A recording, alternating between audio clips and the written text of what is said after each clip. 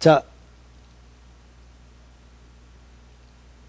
상처 입은 영혼의 치료제, 기쁨에 대해서 한번 살펴보도록 하겠습니다.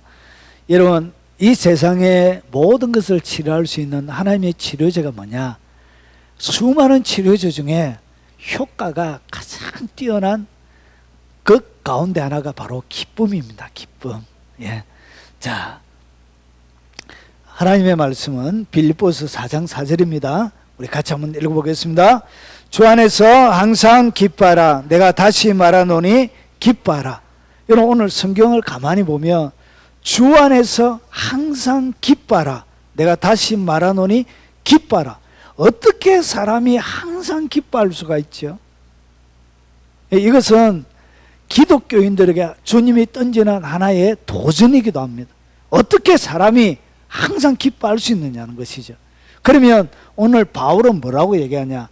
주 안에서 항상 기뻐하라는 이야기는 불가능하기 때문에 이렇게 하라고 하겠습니까? 안 그러면 이것이 가능하기 때문에 이렇게 하라고 했을까요? 가능하다는 얘기죠. 바울은 오늘 이 빌립보서 4장 4절, 이 빌립보서는 로마의 감옥에서 찍은 것입니다. 그래서 옥중서신이라고 그렇게 부르는 에베소서, 빌립보서, 골로새서. 그래서 감옥 가운데 잡혀있는 그가 지었던 성경입니다.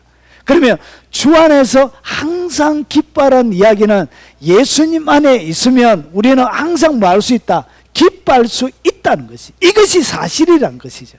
그런데 이상하게 하나님의 백성들과 교회는 오늘 바울이 감옥에서도 누리고 있었던 이 기쁨에 대하여 너무나 모르는 거예요. 기독교인들 치고 얼굴이 싱글벙글하여 기쁜 사람을 제가 만나본 적이 많이 없어요. 이상하게 예수 믿으면 겉으로 드러나는 첫 번째 하나의 반응이 기쁨인데, 이상하게 성경과는 다른 그리스도인들을 너무나 많이 만나보게 된, 오늘 이 말씀은 저에게도 도전이었습니다. 예수 안에 있으면 항상 기뻐하라는 얘기는 할 수 있기 때문에 바울이 이렇게 얘기한 것이거든요. 그러면 저에게 왜 이 말씀을 준비하게 되냐? 저도 이 기쁨에 대해서 잘 모르고 있다라고 솔직하게 하나님 앞에 고백할 수밖에 없었던 거예요. 바울이 알고 있었던 이 기쁨에 대하여 나 스스로도 솔직하게 잘 모르는, 저는 성장하면서 가장 많이 들었던 설교가 뭐냐면 죄인이라는 이야기였습니다. 그런데 기쁨에 대해서는 제가 한 번도, 제가 50이 넘도록 기쁨에 대한 설교를 한 번도 들어본 일이 없습니다. 늘 어릴 때부터 들어왔던 것은 이거 하면 안 되고 이거 하면 안 되고 이거만 하면 고신척에서 성장했습니다. 그래서 주일날 돈 쓰는 거 안 되고 어디 하는 거 안 되고 안 되고 안 되고 안 되고 이런 억압 속에서 성장했던, 그래서 한 번도 저에게 예수 믿으면서 가질 수 있는 이 기쁨에 대해서는 한 번도 가르쳐 준 없고 신학교에서도 배워본 적이 없었던, 그래서 이 말씀 가운데 제가 정직하게 서게 되어졌습니다. 그러면서 나도 바울이 알고 있는 기쁨에 대하여 너무나 잘 모르고 있구나, 예수님이 우리에게 주시려고 하는 이 기쁨에 대해서 나도 전혀 잘 알고 있지 못하구나 라고 솔직하게 제가 하나님 앞에 인정할 수밖에 없었던 거예요. 그러면서 연구가 시작이 되어진 것입니다. 자, 이것은 제가 어디 책을 보고 뺏겨서 하는 거 아니에요. 저는 뺏겨서 하는 거 이런 걸 싫어해요. 그래서 제가 오랫동안 성경, 이 기쁨에 대한 신구약 성경 전체를 제가 다 찾았습니다. 오래 걸린 이유가 전체를 다, 신구약, 헬라, 히브리어 전체를 제가 다 뒤졌습니다. 다 뒤져서 기도하면서, 그러면서 이 설교가 완성이 되어졌습니다. 자, 한번, 서론이 좀 길었는데 이것은 저만의 고백이 아니고 여러분들의 고백일 수도 있고 오늘 영상을 접하는 여러분들의 고백일 수도 있기 때문에 그런 것입니다. 자, 한번 보겠습니다. 자, 어떻게 사람이 항상 기뻐할 수 있는가? 어떻게 사람이 항상 기뻐할 수 있는가? 바보도 아니고, 죄송합니다. 인격을 무시하는 건 아니고 항상 기뻐하시는, 그러니까 병적으로 질병에 걸려서 기쁨이 나오는 그런 사람 말고 어떻게 사람이 기뻐할 수 있는가? 그러면 이 상황들을 잘 봐야 되는 것이죠. 그러면 초대교회 상황이 이렇게 항상 웃고 기뻐할 수 있는 그런 상황인가? 그 시대의 1세기로 한번 돌아가 보도록 하겠습니다. 히브리서 11장 36절과 38절입니다. 자, 이것이 바울이 살았던, 오늘 성경을 기록했던 바울이 살았던 상황을 가장 정확하게 기록해 놓은 부분입니다. 자, 한번 보겠습니다. 히브리서 11장 36절과 38절에 보면 또 어떤 이들은 조롱. 그러니까 예수 믿는 것 자체가 그 시대는 조롱이었습니다. 조롱받는 거예요. 그리고 잡히면 채찍질 받는 거예요. 채찍질은 두 가지가 있습니다. 유대인들은 40대는 못 때려요. 그래서 40에 하나 감한매 39대 해가지고 이렇게 때리는 것이 있고요. 그리고 로마인들이 때리는 9가닥에서 12가닥으로 나눠져 있는 태창이 있습니다. 여기는 동물의 뼈와 납조각들이 붙어져 있습니다. 예수님이 맞으신 채찍이 태창입니다. 그래서 때리면 소리를 휘 내면서 살점에 찍혀요. 채찍 자체가 그래요. 그래서 땡기면 찍혔던 살점이 떨어지는 거예요. 이렇게, 이것이 바로 태창입니다. 그래서 예수 믿는 것은 조롱당하는 것이고 채찍질 당하는 것이고, 그리고 잡히면 결박당하고 옥에 갇히고, 그리고 37절에 돌로 치는 것, 바울이 그렇게 자기가 돌로 맞았죠. 돌로 맞아서 죽었을 그때 어디에 갔죠? 삼청청 하늘에 그가 방문을 하게 되어진 것입니다. 그리고 톱으로 켜는 것, 이사야가 이렇게 죽었습니다. 톱에 잘려서, 몸뚱아리가 잘려서 그렇게 죽었습니다. 그리고 시험, 수많은 시험들이, 그리고 칼로 죽임을 당하고 양과 염소의 가죽을 입고 유리하며, 그래서 그 사자에게 던져줄 때 양하고 염소 가죽을 입혀가지고 사자에게 던져줘서 먹잇감이 되게 했습니다. 그리고 예수 믿는 것 때문에 궁핍, 그리고 환난, 학대, 그리고 이런 사람들은 세상이 감당치 못하느니라. 그들이 어디에 살았냐? 광야에 살았어, 광야. 그래서 도시에 살 수가 없었던 거예요. 그리고 어디 가냐? 산에 가는 거예요. 산에 숨어서. 그리고 동굴을 팠던 거예요. 이 동굴이 뭐죠? 지하 카타콤이죠. 지하 카타콤. 그리고 톡을, 땅을 파서 그렇게 살았습니다. 이 예수, 이것이 초대교회 1세기 때 로마 시대 가운데 살았던 유대인의 한 단면을 이렇게 보여준 거예요. 그러면 여기에서 무슨 기쁨이 있을까요? 여러분, 채찍을 맞는데 아프지 무슨 기쁨이 나와요? 토굴에 갇혀서, 궁핍이라는 얘기는 배가 고프다 그 얘기예요. 먹을 것이 없다는 그 얘기입니다. 가난하다는 얘기입니다. 헐벗고 굶주리고. 그런데 이런 상황들 가운데서 이 그림 한 장을 제가 보여드리면, 이것이 초대교회 하나님의 사람들이 받았던 박해의 장면이에요. 첫째는 가장 많이 당했던 것이 뭐냐? 화형입니다. 화형. 예, 이거는 로마의 10대 박해 가운데도 계속적으로 등장. 태워서 죽여요. 십자가에 매달아가지고. 그리고 십자가형으로 주고, 그리고 여기서 보면 이렇게 동물에 이렇게 해가지고 죽이는 것이 아니고, 동물의 가죽을, 양과 염소를 뒤집어서 해가지고 며칠 동안 일주일 넘게 굶긴 사자들, 맹수들을 풀어놔서 얘들을, 예수 믿는 사람들을 잡아먹게 합니다. 그래서 다 잡아먹었는데 이상하게 교회사적으로 보면 얼굴은 안 잡아먹은 거예요. 얼굴은 다 남아있었대. 근데 얼굴이 하나같이 웃는 얼굴로, 웃으면서 얼굴만 남아있더라고요. 몸은 다 뜯겨서 맹수의 밥이 되어지고 얼굴은 스마일을 지으면서. 그래서 그것 때문에 거기에 관중 왔던 사람들이 더 경악을 하게 된 거예요. 어떻게 이들이 웃을 수 있느냐? 몸이, 온몸이 갈기갈기 맹수에 뜯겨서 먹히고 있는데도 웃는 거예요. 도대체 이들에게 있었던 그 기쁨이 뭐냐는 것이죠.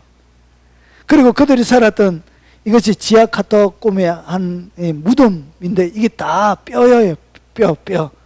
사람이 이제 팔, 다리, 정강이 뺍니다. 뼈. 요 해골 보이시죠? 이렇게 해골이 이렇게 있고 이것들이 철비하게 있습니다. 그러니까 313년 콘스탄틴 대제를 통해서 기독교가 정면으로 국교로 공인되기 전까지는 대부분의 하나님의 사람들이 300년 이상 어디에 살았다고? 지하에 땅굴을 파고. 지금도 너무 깊어서 발굴을 못할 정도로 그렇게 되어졌는데 이렇게 죽어가면서도 그들에게 뭐가 있었다고요? 기쁨이 있습니다. 기쁨. 자, 그러면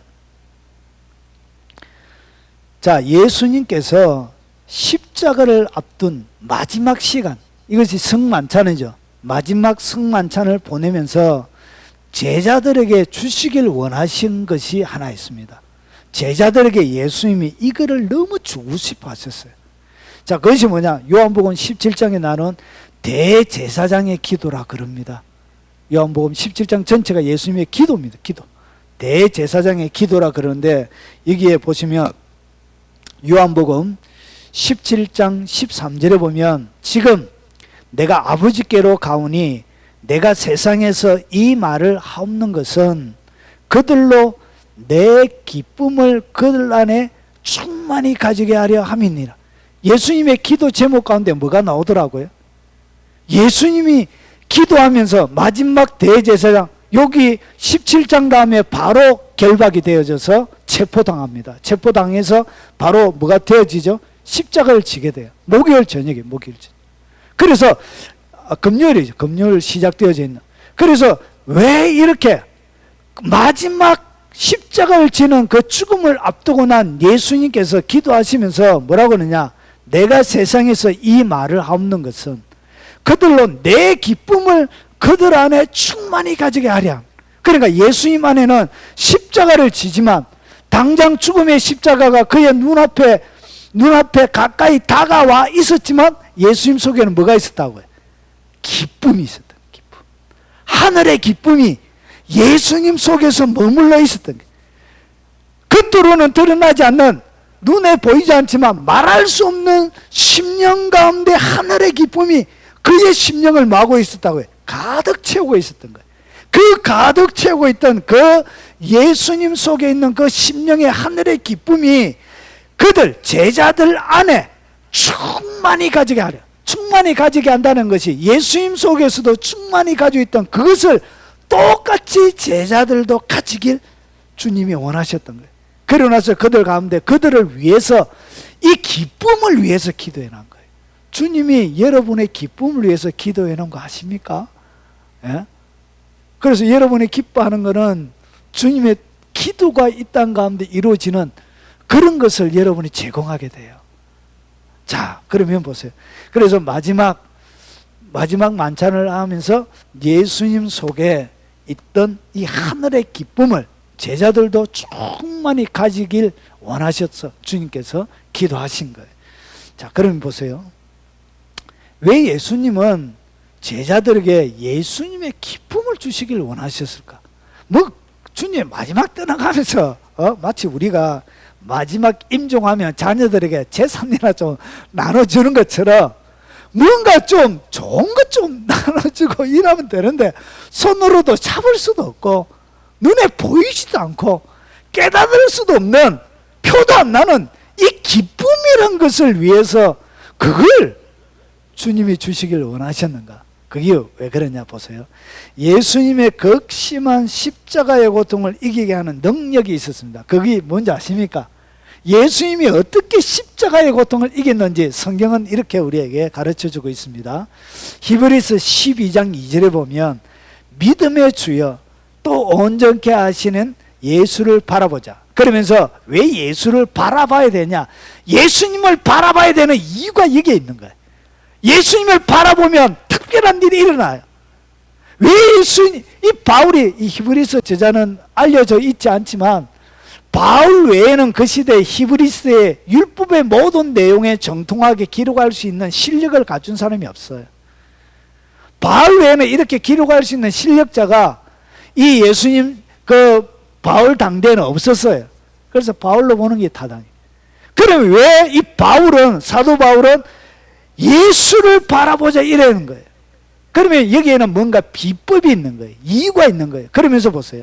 예수님에 대해서 얘기합니다. 그는 그 앞에 있는 기쁨을 위하여. 그 앞에 뭐가 있었다고요? 기쁨이 있었다는 거예요. 그러면서 기쁨을 위하여 십자가를 참으사 부끄러움을 개의치 아니하시더니, 그러니까 그가 십자가를 참고 부끄러움을 개의치 않을 수 있었던 그 이유가 뭐라고요? 그게 바로 그의 앞에 있는 기쁨 때문에 그것을 감내할 수 있었다는 것이죠. 그 기쁨이 뭐죠? 결국은 모든 자기의 죽음을 통해서 모든 사람들이 예수님을 믿고 구원받을 것에 대한 그 십자가 사역을 통하여 구원받을 것에 대한 그 내용에 대한 기쁨이죠. 그래서 거기에는 뭐가 있다고? 하나님의 모든 것에는, 하나님의 약속이나 하나님에게 연관되어져 있는 모든 것에는 뭐가 있다고? 거기에는 기쁨이 같이 있는 거죠.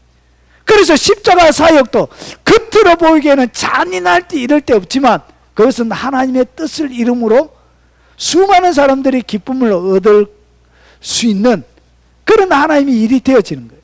그래서 그가 참을 수 있던 유일한 능력이 뭐라고요?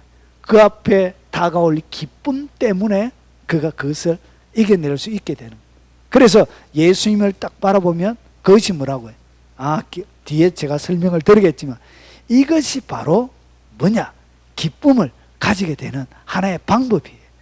예, 그래서 예수님께서 제자들에게 모든 어려움과 환난 가운데서 통과하게 될, 결국은 대부분의 제자들은 순교 다 당합니다. 12제자들 뿐만 아니라 많은 초대교회 성도들의 수많은 사람들이 대부분 순교를 많이 당해요. 그 어려운 순교의 현장 가운데서도 그들이 사자에 손이 뜯겨 나가고 다리가 뜯겨 나가고 심장이 뜯겨져 나갈 때도 웃을 수 있었던 것은 그 앞에 뭐가 있다고? 말로 닿을 수 없는 하늘의 기쁨이 그들 가운데 펼쳐지기 때문에 그런 거예요. 그래서 보세요. 그 앞에 있는 기쁨을 위하여 이렇게 나. 결국은 그의 죽음을 통하여 죽음을 능가하는, 결국은 그분이 이 십자가의 태창을 맞을 때도 뭐가 있었다고요? 기쁨이 그의 속에는 충만했다. 태창을 맞아 살점의 개수들이 뜯겨져 나갈 때마다, 뼈가 드러날 때마다 뭐가 드러난다고? 그에게는 말로 닿을 수 없는 하늘의 기쁨이 충만해지는 거예요. 그가 손이 못이 박히는데도 못을 못 박히는 그 손의 고통을 뛰어넘는 기쁨이 그의 심령을 채우고 있었던 거예요. 십자가에 못 박혀서 마지막 호흡을 걷다 해도 그에게는 고통을 능가하는 뭐가 있었느냐? 하늘의 기쁨이 있었던 거예요. 그래서 보세요. 예수님 속에 육체의 고통을 초월하는 뭐가 있었냐? 하늘의 기쁨이 있었던 거예요. 그래서 왜 예수님이 제자들 기쁨을 주려고 하느냐? 이 기쁨은 그들이 당하는 모든 괴로움들과 고통들과 어려움들을 비웃기라도 하듯이 견뎌내고 이겨내는, 초월해버리는 능력이 그 속에 있기 때문에 그런 거예요. 결국 모든 고통을 이기는, 짓밟아버리는 능력과 권능이 뭐라고요? 그게 바로 기쁨입니다. 기쁨.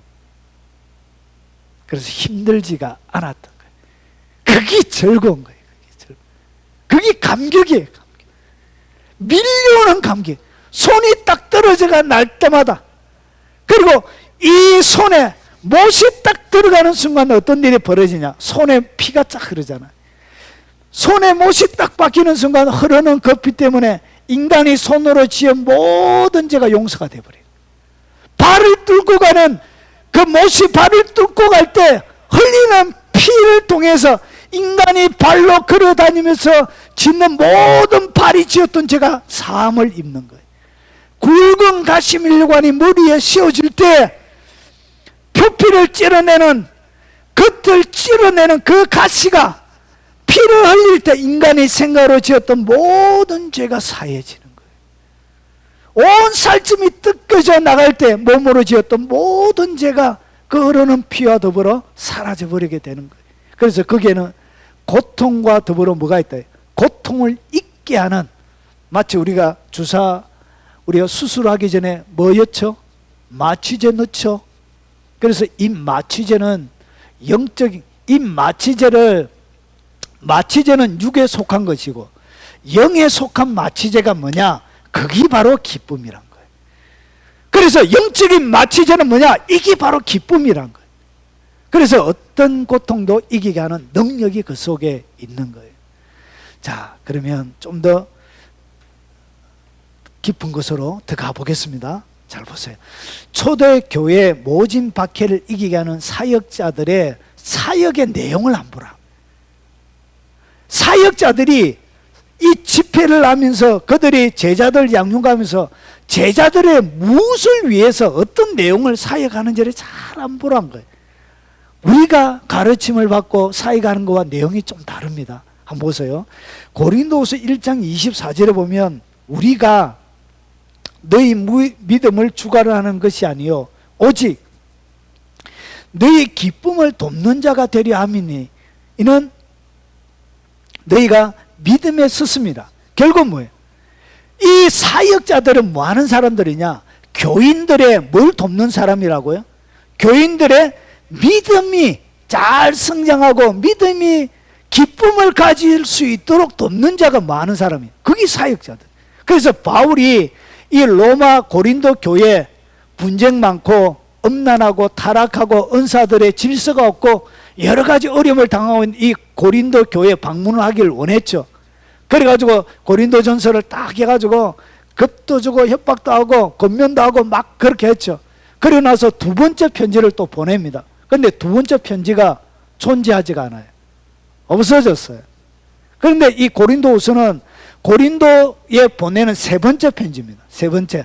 그래서 두 번째는 어떤 내용이 담고 있는지는 모르겠는데 후서를 자세히 살펴보면 책망의 내용이 굉장히 많이 있었던 것 같아요. 그래서 그들을 막 힘들게 하고 책망하게 하고 막 혼내는 그 방문에서 막 그런 내용들이 아마 좀 많이 있었던 것 같아요. 강한 권면의 내용들이. 그런데 그것은 성경에 들어가지 않았습니다. 어떻게 되는지 모르겠지만. 그런데 이 고린도 후서가 세 번째 편지인데 그들에게 나가서 그들을 세우려고 하는데 그것을 믿음을 주관하려고 하는 것이 아니고 결국은 그들에게 가서 바울이 하고 싶었던 것이 뭐냐? 오직 너의 기쁨을 돕는 자가 되는 것이 그의 소원이었다는 것이. 그래서 그들이 책망받아서 해서 막 눌려져 있는 것이 아니라 그들이 일어나서 하나님을 기뻐하고 절구하는 그 상태가 되도록 하려고 하는 것이 바울의 최종적인 목적이었던 것이죠. 그래서 너희의 기쁨을 많은 자, 돕는 자가 되려 함이니 이는 너희가 믿음에 섰습니다. 그리고 보세요. 요한도 마찬가지입니다. 사도 요한을 얘기합니다. 사도 요한이 요한 2서 1장 12절에 보면 이런 말씀이 있습니다. 내가 너희에게 쓸 것이 많으나, 그러니까 하고 싶은 얘기가 많지만 종이와 먹으로 쓰기를 원치 아니하고 오히려 너희에게 가서 대면하여 말하려 하니. 그러니까 직접 만나서 종이와 이렇게 편지 말고 직접 대면해서 말하려고 하는데 너희와 만나려고 하는데 뭐라고 얘기하는지 보세요. 대면하여 말하려 하니 이는 너희 기쁨을 충만하게 하려 함이니라. 결국은 요한도 가서 그가 양육하는 사람들과 만나서 그들에게 뭘 주길 원했다고요? 그들의 기쁨이 충만하게 되기를 원했다는 것이죠. 이것이 목적이었다는 것이죠. 그래서 초대교회 하나님의 사역자들은 대부분이 거기에는 불량품들이 많이 없었어요. 왜냐? 잡히면 바로 재물도 다 잃고 갇히고 추방당하고, 실제로 초대교회 때 예수 믿으면 어떻게 되지냐? 사내되는 공회에서 유대 사회에서 축출이 되죠. 이렇게 그런 어려움들 가운데서 그들 속에 뭘 가지게 하려고 했냐? 그 모든 것을 이기게 하는 기쁨이 그들 속에 가득하도록 하려고 하는 그것이 그들의 사역의 내용이었다는 것이죠. 그래서 적어도 교인들이 예배 드리고 가면 속에 뭐는 있어야 된다고, 기쁨이 가득해서 돌려보내는 것이 원래 그것이 성경적으로 맞는 것입니다. 자, 그래서 뭐하냐? 이 모든 박해를 이기게 되는 것입니다. 자, 그러면 왜 초대의 교회 사역자들은 성도들의 기쁨을 돕고 그렇게 충만하게 하려고 했느냐? 왜 그러면 그들의 사역을 돕는 자 그리고 기쁨을 돕고 충만케 하려고 했느냐? 여러분, 하나님이 보세요. 하나님께서 사람을 선택하시는 두 가지의 기준이 있습니다. 하나님이 사람을 선택해서 딱 세우면 하나님의 선택 그 다음에 딱 따라오는 것이 두 가지가 딱 따라와요. 하나님이 사람을 딱 선택하죠.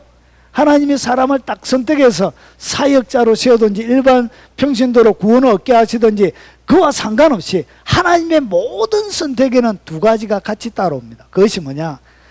마태복음 12장 18절에 보면 보라 내가 택한 종 곧 내 마음에 기뻐하는 바 내가 사랑하는 자로다. 내가 내 영을 그에게 줄 테니 그가 심판을 이방에 알게 하리라. 그러니까 주님이 하나님께서 예수님을 선택하는 것뿐만 아니라 사람을 딱 선택하면 그를 뭐하죠? 기뻐하는 거예요. 그리고 기뻐하고 또 뭐하죠? 사랑하는 거예요. 사랑. 결국은 이 사랑 가운데서 뭐가 나와요? 기쁨이 나오는 거예요. 기쁨. 하나님이 그를 하나님의 모든 선택에는 뭐가 있냐? 진한 사랑이 있습니다. 하나님이 세상을 이처럼 사랑하셔. 사랑. 하나님이 사랑하신 거예요. 이 사랑에는 그냥 우리가 일반적으로 하는 그런 사랑이 아니라 사랑을 딱 하는 순간 하나님에게는 뭐가 있냐? 기쁨이 같이 오는 거예요. 그래서 하나님의 기뻐하는 자가 되는 거예요. 그래서 이 사랑과 기쁨은 항상 같이 와요. 그리고 마태복음 17장 5절에 보세요.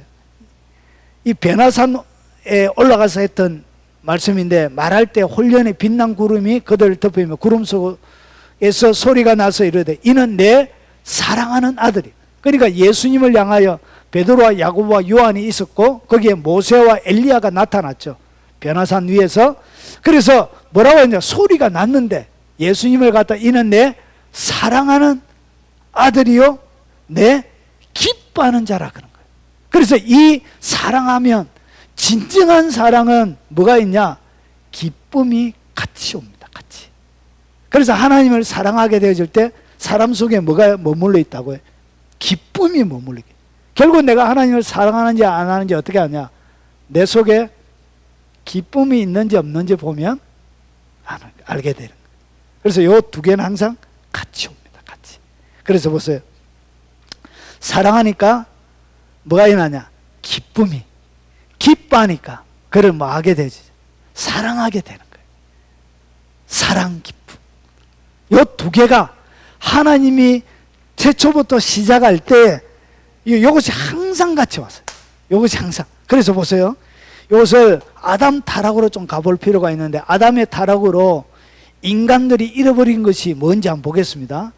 여러분 로마서 14장 17절에 보면 하나님의 나라, 하나님 나라가 뭐죠? 원형적인 하나님 나라는 에덴 동산입니다. 에덴 동산.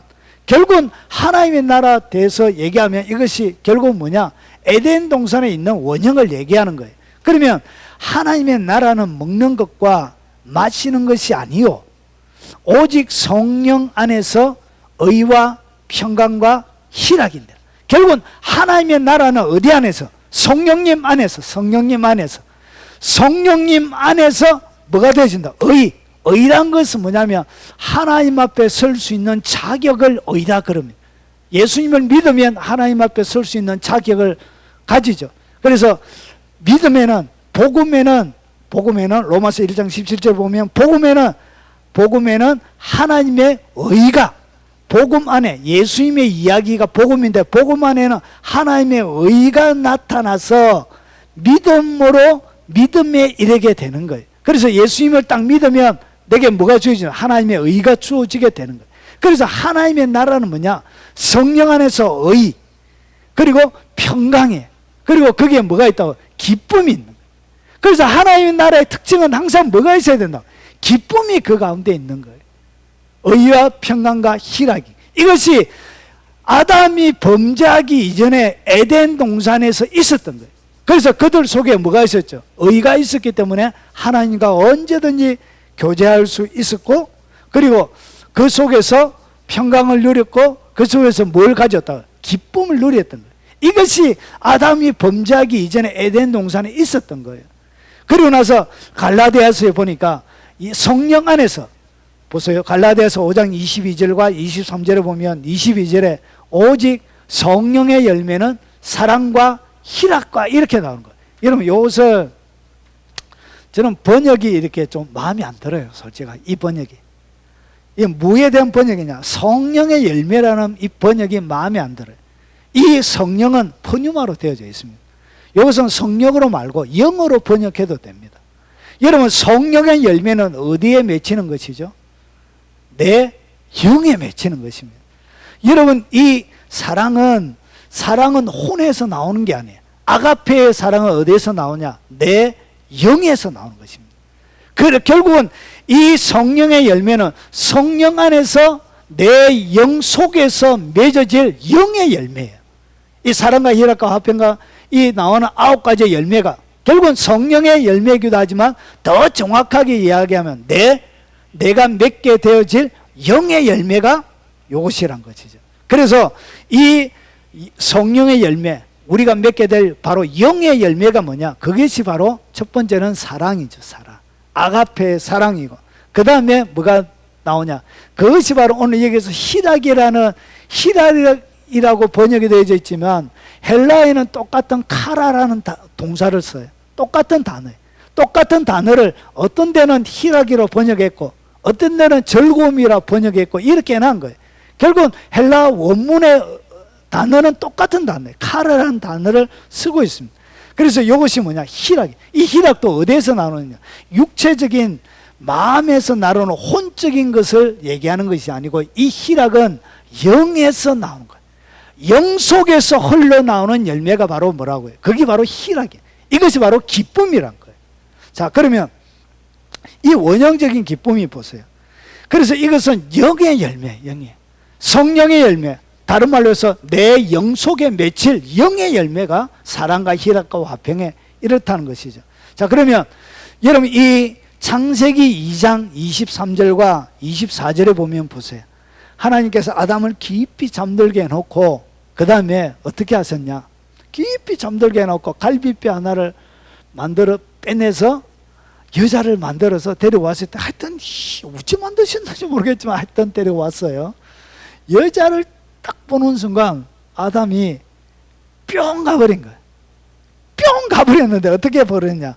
아담이 하와를 딱 바라볼 때 내 뼈 중에 뼈란 것이 맞죠? 뼈로 만들었으니까 뼈 중에 뼈요 살 중에 살이라 이렇게 불렀던 거예요. 이것은 무슨 표현이죠? 이 하와를 향한 사랑의 표현이죠. 사랑의 표현. 내 모든 뼈 중에 진짜 뼈는 바로 당신이요. 내 살 중에 모든 살 중에 진짜 살은 바로 당신이 내 살이고 내 뼈입니다. 이렇게 고백을 하고 있는 거예요. 이것이 뭐예요? 이게 사랑의 표현이에요. 진짜 사랑하면 내 뼈 중에 뼈처럼. 그래서 예수님께서 이렇게 얘기하잖아요. 이웃을 내 몸과 같이 사랑하라.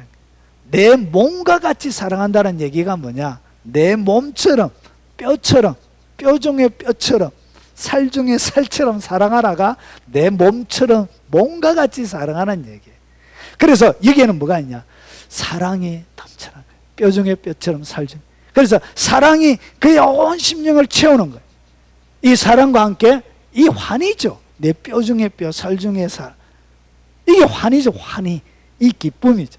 그래서 이것이 충만했는데 그리고 나서 여자와 아내와 합하여 둘이 한 몸이 딱 되어지는데 그런데 보세요. 창세기 3장 10절과 12절에 범죄하고 나서 아담이 이르되 내가 동산에서 하나님의 소리를 듣고 내가 벗스섬으로 두려워하여 숨었나이다. 이 두려움이라는 단어는 원래 하나님께서 사람에게 허락하신 단어가 아니에요. 허락하신 감정이 아니에요. 원래 없는 감정이에요. 그런데 인간이 딱 범죄하고 나서 뭐가 침투했냐? 두려움이 침투했냐? 딱 두려움이 몰려오니까 뭐가 도망가 버리죠? 사랑이 없어집니다. 그리고 이 두려움 때문에 뭐가 깨져 있냐? 기쁨이 깨져 버린 거예요. 여러분 두려워하는데 기쁩니까? 막 공포에 찌들려서 막 기쁩니까? 이해가 안 되시면 오늘 무서운 공포 영화 하나 해놓고 기뻐해 보십시오. 그게 두 개가 안 된다니까요. 결국은 두려움이 뭘 깨냐? 이 두려움은 사랑을 깨버립니다. 그리고 그들 속에 있는 기쁨을 깨버리는 거예요. 그래서 이 두려움이란 것이 무서운 거예요. 사단에서는 아주 강력한 무기가 되는 거예요. 그래서 아담이 이르되 하나님이 주셔서 나와 함께 하신 여자가 그가 그 나무 열매를 그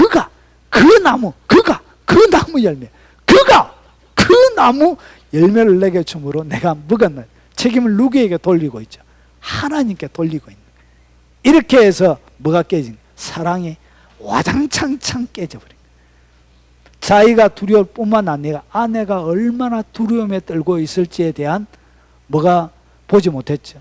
그의 상처 입은 마음만 봤지 아내의 떨고 있는 모습을 바라보지 못했는 거예요. 그 두려움 위에 모두 엎어버렸죠.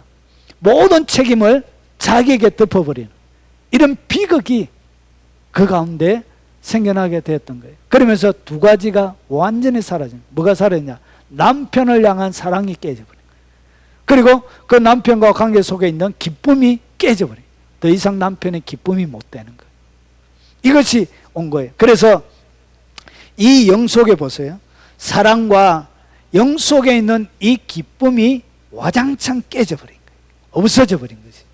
그래서 이것을 갖다 영이 뭐했다? 죽었다 그런 거예요. 그래서 영이 죽은 상태에 뭐가 없다고요? 아가페와 기쁨이 없는 거예요. 그래서 예수님께서 보세요. 예수님께서 이 땅에 태어남을 통하여 회복되는 것이 뭔지 한번 보겠습니다.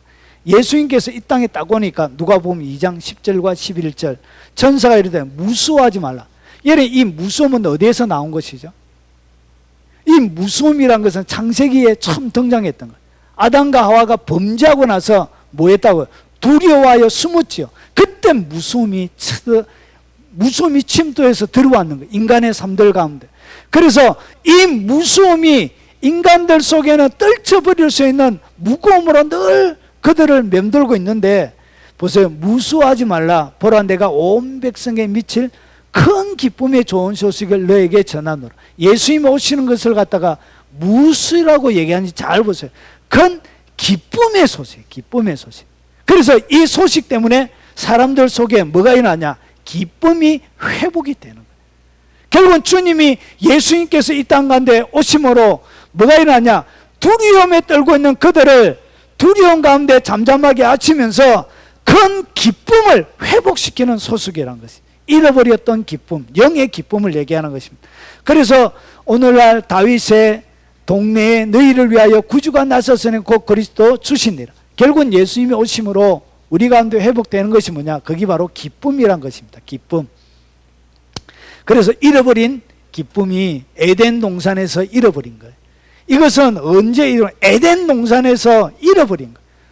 인간의 영이 죽음을 통하여 하나님과의 교제의 단절을 통하여 잃어버린 거예요. 그것을 회복시켜주는 거예요. 그리고 요한복음 16장 27절입니다. 조금 전에 우리가 읽었던 요한복음 17장 대제사장의 기도죠. 그리고 같이 연결되어져서 나오는 거예요. 그래서 요한복음 16장 27절은 이는 너희가 나를 사랑하고 또 내가 하나님께로 온 줄을 믿었으므로 아버지께서 친히 너희를 마십니다. 사랑하심이니라. 결국은 너희가 나를 사랑하고 누구를 사랑했다고요? 예수님을 사랑한 거예요. 그런데 잘 보세요. 내가 하나님께로부터 온 줄을 믿게 되어지면, 잘 보세요. 한번 보세요. 요한복음 16장 27절 내가 예수님이 하나님 아버지께로 온 줄을 믿게 되어지면 어떤 일이 벌어진지 보세요. 아버지께서 친히 너희를 사랑하심입니다. 결국은 보세요. 예수님이 아버지께서 보내신 자를 내가 딱 믿게 되어지면 내가 어떻게 되냐? 아버지께서 친히 우리를 어떻게 하신다고? 사랑하신다는 것이죠. 예수님을 딱 믿는 순간 여러분들 하나님이 여러분을 어떻게 하시냐? 사랑하게 된다는 것이. 그래서 잃어버렸던 예수 믿음으로 아버지의 사랑이 여러분 가운데 회복이 됩니다. 이 두 가지가 예수님이 오셨던 이유이죠. 자 그러면 기쁨이 회복되는 것이 왜 그렇게 중요하냐? 왜 이 기쁨 회복에 대하여 성경은 이렇게 얘기하고 있느냐? 왜 그것이 그렇게 중요한지 한번 보겠습니다. 잘 보세요. 자, 시편 100편 2절에 보면 이 에덴의 회복에 대한 내용입니다. 잘 보세요. 기쁨으로 여호와를 뭐하며 섬기며. 여러분, 이 에덴 동산에 가득했던 것이 뭐냐? 하나님을 섬기는데 어떻게 섬겼다? 기쁨으로. 하나님이 가장 좋아하는 것이, 물론 여러분, 하나님은 상한 심령을 좋아하신다. 통회하고 자복하고 상한 심령을 하나님이 기뻐 받으신다. 물론 그런 부분도 있지만 하나님이 그 상한 심령보다 더 좋아하는 것이 하나 있습니다. 그것이 뭐냐? 그것이 바로 하나님을 기쁨으로 섬기는 것입니다. 그래서 기쁨으로 여호와를 섬기며, 결국 내가 이 땅 가운데 주님을 하나님으로 인하여 기뻐하는 것이 뭐 하는 것이냐? 하나님을 섬기는 것입니다. 이것이 하나님을 섬기는 거예요. 하나님을 대접해 주는 거예요. 여러분, 이 하나님이, 여러분이 기뻐하는 것이 하나님을 섬기는 것인지 알았습니까? 하나님은 여러분이 기뻐하는 것을 통해서 뭐하냐? 주님이 섬김을 받는 거예요. 그 사역을 위하여 그의 아들까지 십자가에 잔인하게 못 박아 죽이시면서 회복하길 원하셨던 것이 바로 그 기쁨이란 것이죠. 그래서 여러분이 하나님을 기쁨으로, 주님의 위대하심을 노래하고 찬양하고 기뻐하면 하나님이 그것을 통해서 섬김을 받으시는 거예요. 하나님이 이것을 원하시는 거예요. 이 섬김을 받길 원하시는 거예요. 예수님은 하나님이 인간을 향하여 섬긴 섬김이라면, 여러분이 하나님을 향하여 섬기는 것은 뭐냐? 여러분의 기쁨이 주님을 섬기는 것이란 것이죠. 그래서 섬길 때도 여러분, 이런 거 있습니다. 여러분, 누군가가 대접을 할 때도 이밖에 못해서 미안해요. 이밖에 못해서 미안해요 하면서 기쁨으로 대접하면 먹는 사람도 기분이 좋아요. 뭔가 대접받는 느낌이 있다는 것이. 그것이 아니고 문디 같은 게 와가지고 힘들어 땀 나가지고 죽겠구만, 염식하게 만들고 이래가지고 된장에다 침도 뱉고 이래가지고 해보세요. 밥을 먹을 수가 있습니까? 없습니까? 못 먹어요. 그런 밥은 죄예요. 그것이란 것이죠. 그래서 하나님은 우리가 억지로 하나님을 찬양하고 노래하는 걸 좋아하지 않습니다. 하나님이 진짜 받으시길 원하는 그 제사가 뭐냐? 기쁨의 제사예요. 기쁨의 제사. 이걸 우리에게 하나님이 주시길 원하셨던 거예요. 마치 이런 거예요. 여러분의 자녀가 있으면 날마다 아버지 통에 자복합니다. 무슨 죄 짓고 지었습니다. 용서해 주세요 아버지. 이렇게 와서 날마다 새길에 와가지고 눈물 터고 콧물 흘리고 이렇게 하는 이 울음보다 이거하고, 아버지 감사합니다. 아버지 지금 가지고 이제 막 누리고 왔습니다. 아버지 고맙습니다 하고 막. 제가 저희 딸을 어릴 때 키울 때 너무 재밌더라고요. 얼마나 재밌는지. 딸을 키우는데 놀리는 재미도 솔솔하고, 특별히 제일 좋을 때 아장아장 걸어갈 때, 한 20개월 접어들 때 아빠 오면 뭐하냐? 뭐 하다가 뛰쳐나와요. 뛰쳐나가자 아빠하고 팍 앉습니다. 아빠. 애가. 여러분, 아빠에게는 그 기쁨이 이루 말할 수가 없어요. 얼마나 그게 좋은지. 그래서 제가 집에 있어라 가지고 밖에 나갔다가 또 들어와요. 또 들어와. 그게 좋아가지고 아빠 하고 안기는 그게 좋아. 집에서 아빠 다시 또 들어올게 알았지? 해가지고 이렇게. 그게 좋은 거예요. 저희 딸은 달리기 하는 걸 억수로 너무너무 좋아했습니다. 그래가지고 새벽기도 갔다가 오면, 새벽기도 갔다가 오가지고 딸이 콘히 자고 있습니다. 민서야 달리기 할까 하면 달리기 하고 일나요. 일나가지고 막 둘이 뜁니다. 이렇게 일청이었기 때문에 아무런, 그게 그래 좋은 거예요. 딸이 기뻐하고 즐거워하는. 그리고 저희 딸이 좋아했던 건 숨바꼭질을 좋아했어요. 숨바꼭질. 저희 딸은 웃음이 많아요. 웃음이 너무 많아가지고 커튼 뒤에 숨은 거예요. 애들은 그런 거 좋아하잖아요. 커튼 뒤에 숨었는데 아빠가 이미 어디 있는지 알죠? 그래가지고 자기가 갑자기 이제 가까이 가면 지가 웃음을 못 참아가지고 막 이렇게. 여러분, 제가 드리고 싶은 이야기가 뭐냐? 하나님은 자녀들이 기뻐하는 걸 좋아하세요. 우울하게 시무룩하게 살아가는 것보다 기쁨과, 여러분 기뻐하면 죄를 안 짓게 됩니다. 여러분 기뻐하면 죄 안 짓게 돼요. 그런데 왜 죄 짓냐? 기쁨이 없기 때문에 이 진짜 기쁨을 맛보지 못하고 모조 기쁨을 누리려고, 기쁨을 얻으려고 죄 짓는 거예요. 사실은 그 죄 짓는 가장 근본적인 뒤에는 뭐가 있냐? 기쁨을 얻으려고, 행복을 얻으려고, 만족을 얻으려고, 육체의 쾌락을 얻으려고. 쾌락이 뭐죠? 기쁨이죠. 혼적인 기쁨을 얻으려고 하는 거예요. 그래서 죄 짓는 거예요. 영적인 기쁨이 있는 사람들은 죄 안 짓게 됩니다. 죄 짓는 게 싫어요. 그래서 주님을 섬기는 거, 여러분이 기뻐하는 것이 뭐라고요? 주님을 그걸 대접하는 거. 이것이 주님을 섬겨드리는 거. 여러분 기뻐하십시오. 예, 기뻐하는 게 주님을 뭐 하는 것이라고요? 섬겨드린 거. 인상 쓰고 자꾸 오지 말고. 성도가 인상 쓰고 오면 목사는 가슴이 철렁 내려앉아요. 철렁 내려앉아요. 또 무슨 일이 있는갑다. 저기 집구석에. 아이고 저기 집구석에 또 무슨 일이 생겼는갑다. 아버지요, 좀 찾아가주이소. 해결해 주이소. 아버지, 내 마음이 힘들어요. 어째 좀 해줘 보이소. 이렇게 목사들은 가슴이 새벽기도 안 나는 교회가, 교인이 새벽기도 나오면 목사는 가슴이 철렁 내려앉아.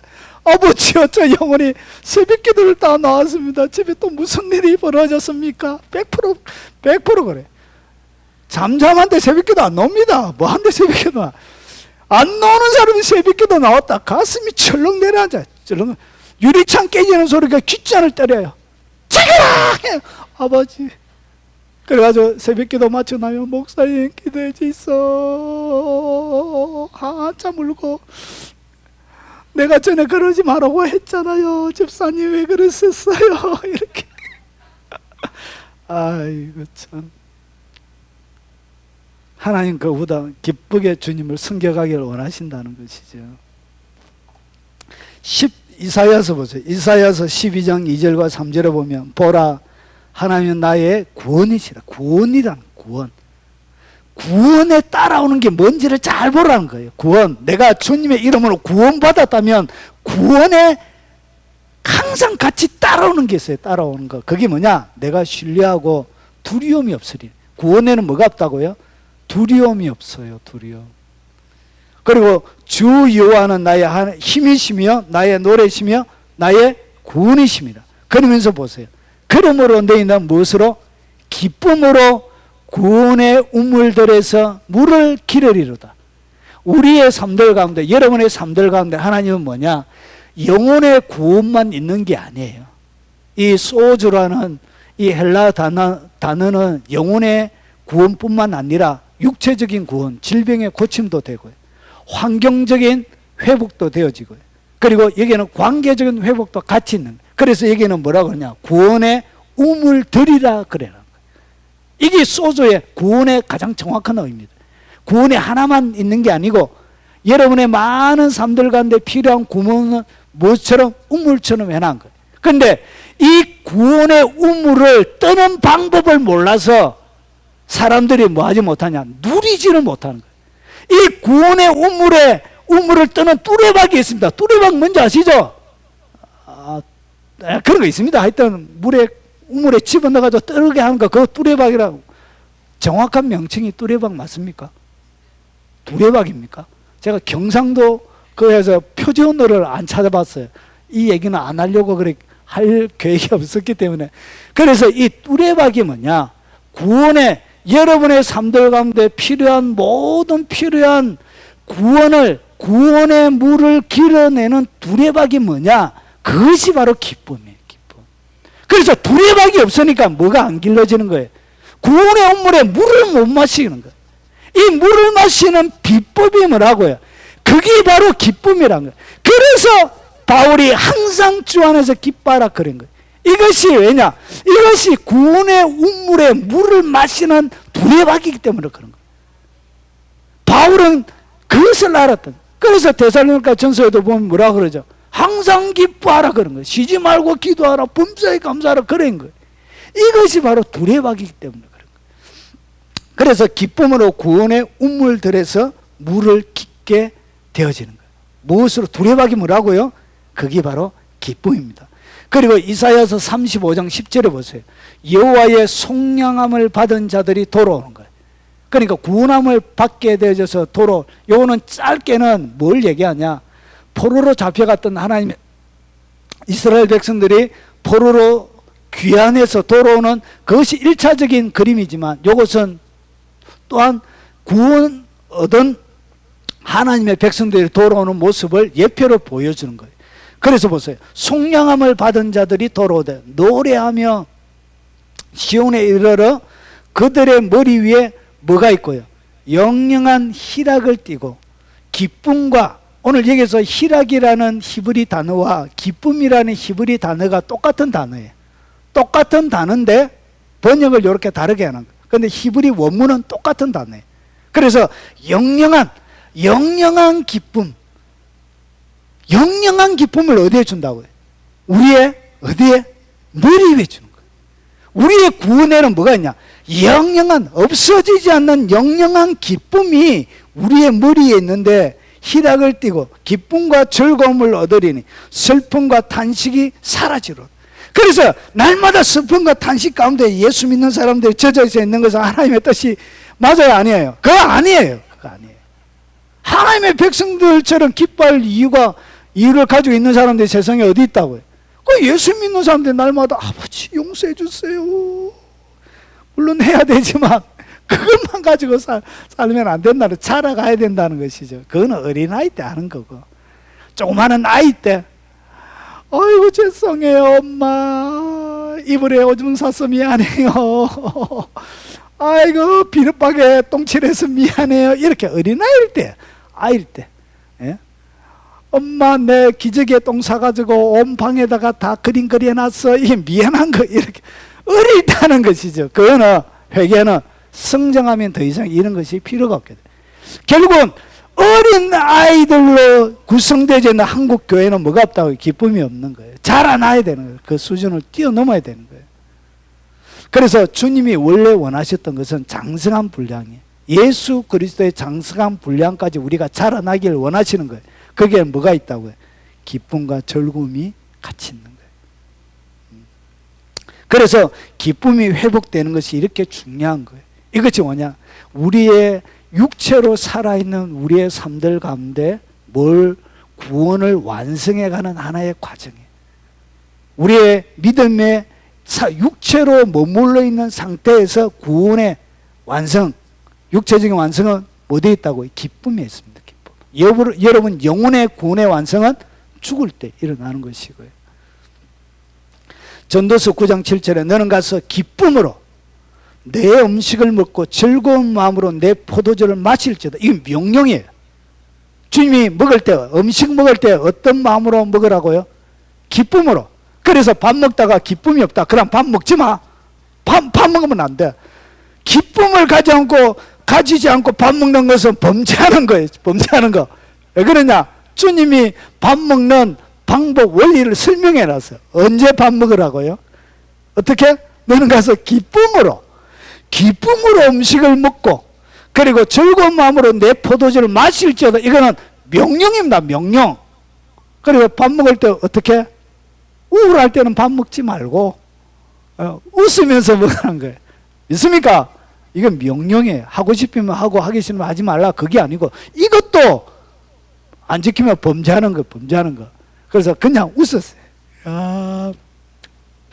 먹고 이렇게 먹고 먹을 때 웃고 마실 때 웃고, 술 마시면서 뭐 웃어라 그런 얘기가 아니고,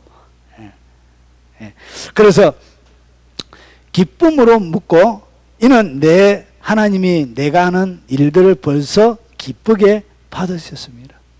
그래서 하나님이 받으신 모든 내 삶, 하나님이 예수님을 사랑하는 순간 하나님의 사랑은 시작이 돼요. 조금 전에 우리가 읽어봤죠. 요한복음 16장에. 그래서 사랑이 시작이 되는 거예요. 그래서 그 시작되어져 있는 그 사랑 가운데 하나님, 여러분들이 이 땅 가운데 음식 먹을 때도 기쁘고 그리고 마실 때도 기쁨으로 먹기를 그렇게 원하시는 거예요. 이것이 여러분 삶들 가운데 회복이 되길 바랍니다. 그래서 오늘 저녁부터 밥 먹기 전에 한번 웃고 기쁨으로. 그래야 이게 건강학적으로 몸에 흡수가 잘 돼요. 몸에 양약이 돼요. 출애굽기에 보면 몸의 질병을 고치는데 두 가지로 고치죠. 하나님께서. 첫 번째는 물을 통해서 고칩니다. 음식과 물로 육체를 고치는 거예요. 질병을 제해주면서 하나님이 음식과 물로 육체를 고치는 거예요. 자, 그러면 이제 구체적으로 여러분 영의 기쁨을 이미 받았는데 이것을 더 확장시키고 이 기쁨을 유지하는 방법을 제가 가르쳐 드릴 테니까 여러분 잘 실천하시기 바랍니다. 이 더 기쁨을 늘리는 방법이에요. 이게 더 여러분이 가지고 있는 기쁨을 유지하는 방법이기도 합니다. 자, 첫 번째, 사랑 안에 머물러 있어야 됩니다. 하나님을 향한 사랑 안에 있을 때 뭐가 유지가 되냐? 기쁨이 유지가 되는 거예요. 결국 내 속에 기쁨이 없다. 하나님을 향한 뭐가 식었다는 거예요. 사랑이 식어버린 거예요. 그래서 주님을 사랑할 때 하는 거는 하나도 힘이 안 들어요. 너무너무 재밌어요. 기쁘고 즐거워요. 막 주일학교 아들 봉사하는 것도 재미있고, 차량 운전하는 것도 재미있고, 안내하는 것도 재미있고, 헌금 거두는 것도 재미있고, 헌금 내는 것도 재미있고, 얼마나 신이 난다고요. 주님을 사랑할 때 못 드려서 안달이 나요. 안달이. 그럼 뭔가 주님 앞에 해주고 싶어서 하고 나서도 말할 수 없는 기쁨이 속에서 막 넘쳐나죠. 폭발이 되는 거예요. 폭발이. 주님을 향한. 그래서 4배 생수의 강이 흘러 넘치리라. 생수의 강. 그래서 제가 교육전도 목사 1년차 겨울 수련회 때 우리 중고등부 아이들을 데리고 집회를 하고 잠이 안 오는 거예요. 마지막 날 밤 집회 다 하고. 그래가지고 그 추운 2월달이었 겨울이었습니다. 봉고차 안에 한 6명이 앉았습니다. 6명이 딱 앉았는데 갑자기 제 배 밑으로가 없어져 버린 거예요. 제 몸 배 아래로 없어져 버린 거예요. 그러면서 뭐가 만드냐?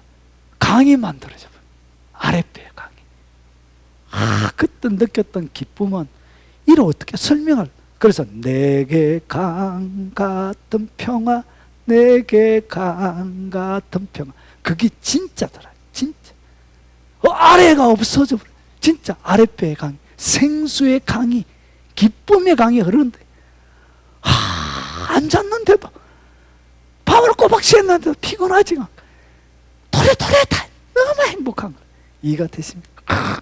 그래서 그 사랑 안에 머물러 있을 때 이 가난 이런 게 문제가 안 돼요. 그렇게 행복하고 즐겁고 좋아요. 그래서 사랑 안에 딱 주님을 향한 극진한 사랑 안에 딱 머물러 있으면 뭐가 넘치냐? 사랑이 폭발하기 시작합니다. 결국은 여러분이 하늘의 기쁨을 잘 누리지 못하는 이유 중에 하나가 뭐냐면 주님을 사랑하지 않아서 그래요. 하나님을 사랑하는 마음이 내 속에 없어서 하늘의 기쁨을 누리지 못하게 되는 거예요. 결국은 사랑은 기쁨으로 오는 것이고 기쁨은 사랑으로 또 연결이 되어져요. 그래서 요한복음 15장 10절과 12절에 보면 내가 아버지의 계명을 지켜 그의 사랑 안에 거하는 것 같이 너희도 내 계명을 지키면 내 사랑 안에 거하리라. 여러분 이걸 잘 봐야 돼요. 내가 아버지의 계명을 지켜 그의 사랑 안에 거한다는 이야기가 뭐냐? 아버지가 너무 좋기 때문에 아버지의 말을 너무 지켜드리고 싶어. 아버지의 뜻을 어기고 싶은 마음이 하나도 없는 거예요. 그러니까 사랑하는 사람의 말은 뭐 하게 되죠? 듣게 되어지죠. 너무 사랑하기 때문에 그가 무슨 말을 하든지 듣게 되는 거예요. 그래서 아버지의 계명을 지켰다는 얘기는 얼마나 그분이 좋은지 사랑하는지. 그래서 예수님께서 아버지의 계명을 지켜 너무 사랑하기 때문에 어기고 싶은 마음이 없던 거예요. 그래서 그의 사랑 안에 거하는 같이. 그러니까 그분의 말을 지키니까 사랑 안에 거하고 너희도 내 계명을 지키면 내 사랑 안에 거하리라. 결국은 주님이 말씀하신 것을 내가 따라할 때 그것이 뭐라고? 내가 주님을 사랑하고 있다는 것을 내가 표현하는 거예요. 주님이 내게 요구하시는 것을 내가 내 삶을 통해 지켜내는 것이 뭐냐? 그것이 사랑의 고백이에요. 그게 고백이에요. 그래서 보세요. 그래서 이렇게 아버지의 뜻을 따라 내가 아버지 안에 있는 것처럼 너희도 내 계명을 지키면 내 사랑 안에 거한다. 진짜 네가 나를 사랑하면 지켜라, 그 말이에요. 왜냐? 사랑하는 사람에게 그를 보호하기 위해서 하나님이 주셨던 보호막이기 때문에 그래. 그러니까 이 주님이 우리에게 주셨던 모든 계명은 특징이 뭐냐면 나를 안전하게 지키기 위한 하나님의 사랑의 보호막이에요. 사랑의 보호막. 그래서 이것을 해야만이 그를 지킬 수 있는 유일한 방법이기 때문에 그 보호막을 주신 거예요. 그래서 계명을 지켜서 막 골치 아프게 따라하는 이런 게 아니고 나를 지키는 보호막으로 주신 거예요. 그러면 왜 예수님이 이 얘기를 하는지 보세요. 11절에 이렇게 설명합니다. 내가 이것을 너희에게 이르면 왜 아버지의 계명 지키라고 하고 내 계명을 사랑 안에 거한다고 하느냐? 그 이유가 뭐냐? 11절 내가 이것을 너희에게 이르면 내 기쁨이 너희 안에 있어 너희 기쁨을 충만하게 하려 함이니라. 결국은 예수님 안에 있는 기쁨을 우리에게 말려고 전달해 주려고 주님께서 뭐라고 그러냐? 사랑 계명을 지키면서 그 사랑 안에 거하라 그런 거예요. 그래서 그 안에 거할 때 그 계명 속에 온전히 나를 던져서 헌신하고 사랑할 때 그때 기쁨이 넘치는 거예요. 그런데 우리는 뭐가 없죠? 주님을 향한 사랑이 없는 거예요. 그분을 향한 사랑, 그리고 그분을 너무나 사랑하기 때문에 그 어떤 것도 어기지 않으려고 하는 몸부림치는 그 진한 사랑, 지고지순한 그 사랑이 없기 때문에 결국은 하늘의 기쁨을 누리지 못하는 거예요. 그래서 내 계명, 그러면 계명이 뭐냐? 곧 내가 너희를 사랑한 같이 너희도 서로 사랑하라 하는 이것이네. 결국 내가 사랑하면서 이 땅에 살 때 내 속에 뭐가 가득한다고? 기쁨이 가득하게 되는 거예요. 결국은 기쁨이 없는 이유는 내 속에 뭐가 없기 때문에? 사랑이 없기 때문에 그런 거예요. 그래서 기쁨을 누리지 못하는 거예요. 그래서 사랑을 부어달라고 기도하십시오. 그때 주님을 사랑할 때 주 안에서 항상 기뻐하라. 이것이 가능하게 되는 거예요. 그래서 바울은 주님을 사랑하지 않는 자는 갈라디아서 보니까 저주를 받을지어다. 예수님을 사랑하지 않는 자는 뭘 받는다? 저주를 받을지어다라고 말할 정도로 주님을 그렇게 아끼고 사랑했던 거예요. 그래서 그 사랑 안에 그가 잠겨져 있었기 때문에 그는 항상 기뻐할 수 있었던 거예요. 그 기쁨의 비법은 거기에 있습니다. 그리고 베드로전서 1장 8절에 예수를 너희가 보지 못하였으나 베드로도 똑같이 얘기합니다. 베드로도 바울만 이렇게 얘기하는 게 아니고 요한만 이렇게 얘기하는 게 아니고 같이 배웠던 베드로도 똑같이 얘기해요. 예수를 너희가 보지 못하였으나 많은도다 사랑하는도다. 예수님을 사랑하는 것, 이제도 보지 못하나 믿고 말할 수 없는 영광스러운 즐거움으로 기뻐하니. 결국은 영광스러운 즐거움으로 기뻐하는 그 비법은 어디에? 예수를 많은 것 사랑하는 것, 사랑하는 것. 예수님을 지극하게 사랑하는 것. 그래서 예수님을 사랑하기 때문에 주님이 사랑하는 사람들을 섬기고 사랑하는 데 대하여 뭐가 있다고? 기쁨과 즐거움이 있는 거예요. 그냥 하고 나면 누가 안 알아줘도 그게 무슨 상관이에요? 그게 뭐 상관이 있습니까? 예수님이 나와 함께 하시는데. 그래서 알아주고 안 알아주고의 문제가 아니란 것이죠. 그런 걸 초월해 버리는 거예요. 그건 아무런 의미가 없는 거예요. 주님의 그 진한 사랑 속에 머물러 있게 되는 거예요. 그리고 두 번째는 보세요. 어떻게? 여러분, 요거 하나를 제가 깨우치기 위해서 시간이 굉장히 많이 들었습니다. 기도도 많이 했습니다. 안에 밖에 방 안에 들어가 있을 때 혼자 무릎 꿇고 하나님 이거 뭡니까 도대체? 자, 그리고 두 번째는 말씀을 실천하는 순종의 삶을 살 때 뭐가 공급이 되냐? 하늘의 기쁨이 공급이 돼요. 결국은 사랑의 마음속에 머물러 있던 것을 밖으로 드러내는 것이죠. 그럼 보세요. 여호와를 사랑하는 너희여 악을 마라 미워하라. 그리고 그가 그의 성도의 영혼을 보존하사 악인의 손에서 건져내시느니라. 그러면서 잘 보세요. 의인을 위하여 빛을 뿌리고 여러분이 하나님의 의를 행하는, 결국은 예수님을 딱 믿게 되면 하나님이 여러분의 삶들 가운데 뭘 뿌린다고? 빛을 뿌려요. 빛. 그래서 예수님은 하나님에게로부터 나서 우리에게 뭐가 되어지죠? 지혜와 어려움과 그리고 거룩함과 구원함이 되어지는 거예요. 그래서 이 주님께서 우리 가운데서 지혜, 어려움, 거룩함, 구원함을 주시면서 그렇게 받았던 사람들의 삶들 가운데 하나님이 뭘 뿌린다고? 믿는 신자들의 삶들 가운데 하나님은 의인을 위하여 빛을 뿌린다고 성경 기록하고 있습니다. 우리 권사님 머리에 뭘 뿌린다고요? 빛을. 삶들 가운데 아침에 일어나면 주님이 상쾌한 아침에 뜨는 그 햇빛은 하나님이 의인을 위하여 뿌리는 하나님의 빛이에요. 빛. 그 빛이 뿌린 거예요. 태양은 우리에게는 다르게 다가와야 되는 거예요. 그 태양은 단순한 태양이 아니에요. 의인을 위하여 하나님이 뿌리는 빛이란 거죠. 빛을 뿌리는 거예요. 그리고 보세요. 마음이 정직한 자. 마음이 정직하다는 것은 하나님의 말씀을 있는 그대로 정직하게 지켜내는 자를 얘기하는 거예요. 그래서 마음이 정직한 자를 위하여 뭘 뿌린다? 기쁨을 뿌린 거예요. 그래서 하나님의 말씀을 내가 신실하게 정직하게 오늘 위에 여호와를 사랑하는 데에는 악을 미워하면서 살아가게 되어지면 주님이 뭘 뿌린다? 기쁨을 뿌리게 되는 거예요. 이렇게. 그래서 여러분이 지키려고 몸부림 딱 칠 때 그때 뭐가 뿌리냐? 하늘에서 기쁨이 뿌려진다니까요. 기쁨이 이렇게 팍. 그래서 내 속에 내 혼적인 영역 속에 머물러 있는 것이 아니라 영적인 것은 위로부터 오는 거예요. 위로부터. 그래서 위로부터 오는 것이기 때문에 뿌린다 그래 난 거예요. 이게 맞는 말이에요.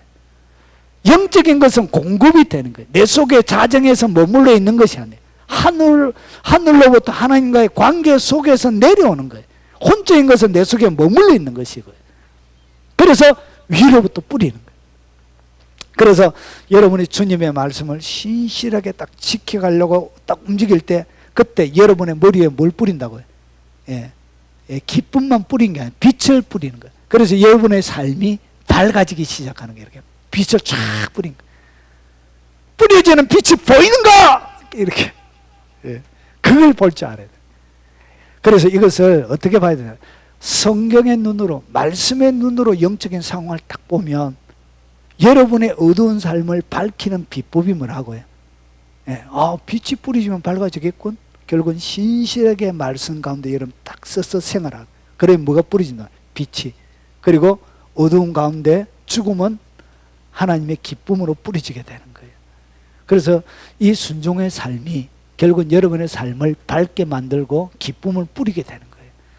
그래서 10시간 기도하는 것보다 위치만 네가 한 번 순종하는 것이 더 능력이 있다. 그렇게 말해요.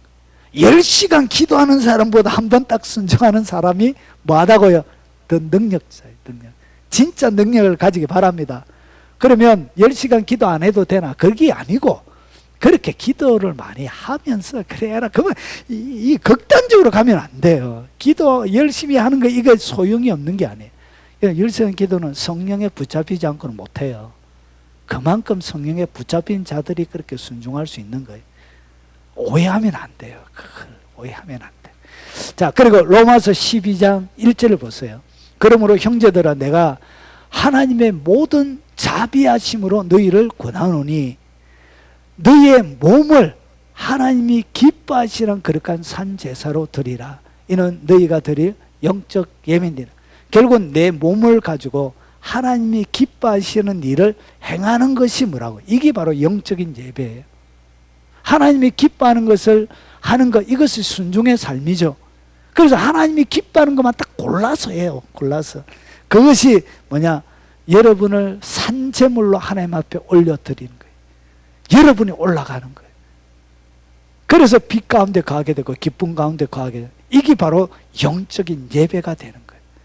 이렇게 영적인 예배가 되어져야 산제물이 되어져야만이 기쁨이 오는 거예요. 자, 요한복음 8장 29절에 나를 보내신 네가 나와 함께 하시듯 나는 항상 그가 기뻐하시는 일을 행함으로 나를 혼자 두지 아니하셨나이다. 예수님은 항상 하나님이 뭐 하시는 일? 기뻐하시는 일을 골라서 한 거예요.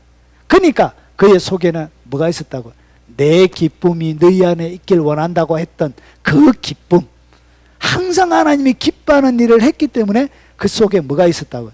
제자들도 같이 가지길 원하셨던, 나눠주길 원하셨던 그 기쁨이 충만했던 거예요.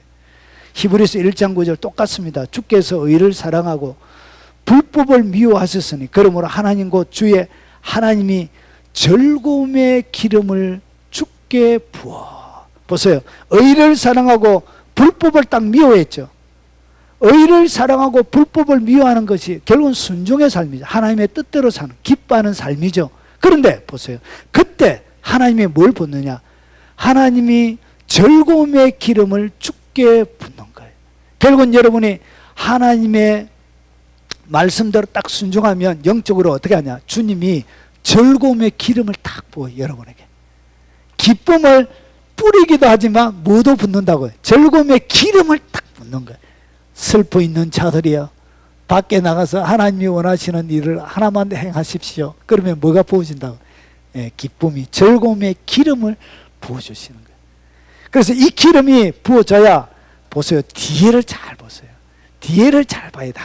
항상 성경은 뭘 봐야 되나? 뒤에를 잘 봐야 돼요. 뒤에를. 즐거움의 기름이 딱 부어졌기 때문에 주를 동료들보다 뛰어나게 하셨도다. 결국 남들보다 뛰어나게 하는 그 능력은 그 속에 뭐가 있어야 된다? 기쁨이 있어야 뛰어나는 게 돼.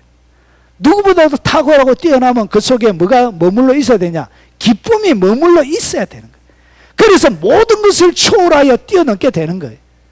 모든 기본 상식의 위에 올라서게 되어지는 거예요. 기쁨이 그 일을 하게 하는 거예요.